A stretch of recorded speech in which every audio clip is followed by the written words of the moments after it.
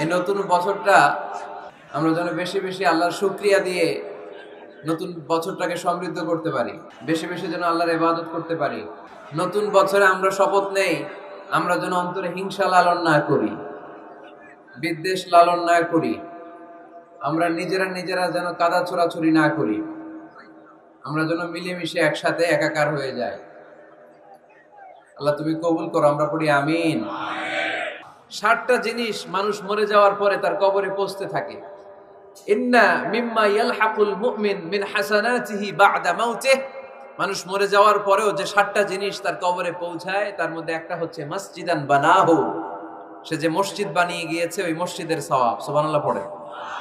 আপনি টাকা দিয়ে মসজিদ বানিয়ে দিলেন, ওই মসজিদে মুসল্লিরা নামাজ পড়ে, রোজাদাররা এসে ওখানে ইফতার খায়, তাহাজ্জুদ আদায়কারীরা তাহাজ্জুদ পড়ে, তাদের সওয়াবের কমতি হবে না, কিন্তু তাদের সওয়াবের একটা পার্সেন্টেজ সওয়াব যে ব্যক্তি মসজিদ বানালো তার আমলনামে আল্লাহ ঢুকিয়ে দেয়।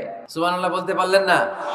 হে নামাজি আমার ঘরে নামাজে পড়ো আজ, দিল মে তোমার চরণ তলে হৃদয় যায় নামাজ। হে নামাজি আমার ঘরে নামাজে পড়ো আজ, দিল মে তোমার চরণ তলে হৃদয় যায় নামাজ। পড়েন আল্লাহু আকবার। কি সুন্দর লিখেছেন কাজী নজরুল ইসলাম। মসজিদ কেমন যেন মসজিদ তার নিজের ভাষায় আল্লাহর কাছে কেঁদে কেঁদে ফরিয়াদ জানায়, আল্লাহ নামাজিরা আমার ঘরে আসে না, কি সুন্দর টাইলস, কি সুন্দর মুসল্লা, কি সুন্দর এয়ার কন্ডিশন, সব আছে কিন্তু মুসল্লি নাই, ঠিক কিনা? মসজিদগুলো আল্লাহর কাছে ফরিয়াদ জানায়, এজন্য আমরা যেন মসজিদমুখী হই। কি মুখী? কাজী নজরুল ইসলাম খুব সুন্দর করে বলেছেন, মসজিদেরই পাশে আমায় কবর দিও ভাই, ঠিক কিনা? মসজিদেরই পাশে আমায় কবর দিও ভাই, যেন গড়ে হতে মুয়াজ্জিনের আযান শুনতে পাই। আমার গোরের পাশে দিয়ে ভাই নামাজিরা যাবে,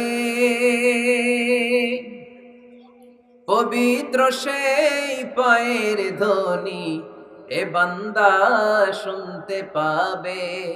গোরা যাব হতে গুনাহগার পাইবে রেহাই, মসজিদেরই পাশে আমায় কবর দিও ভাই।